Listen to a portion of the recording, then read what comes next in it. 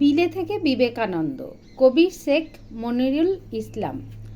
ছোট্টবেলায় সেই ছেলেকে ডাকতো সবাই বিলে বলে। তাকে যদি নরেন বলি, বকবে আমায় এমন হলে। দুরন্ত সে, কিন্তু ধ্যানে মগ্ন থাকে ভীষণভাবে। ব্রহ্মদৈত্যী আদেও আছে, থাকলে তাকে ধরতে যাবে।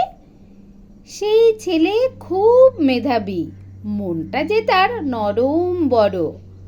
ভাঙতে সে চায় জাতের বিচার, হোক না তা সে যেমনতর।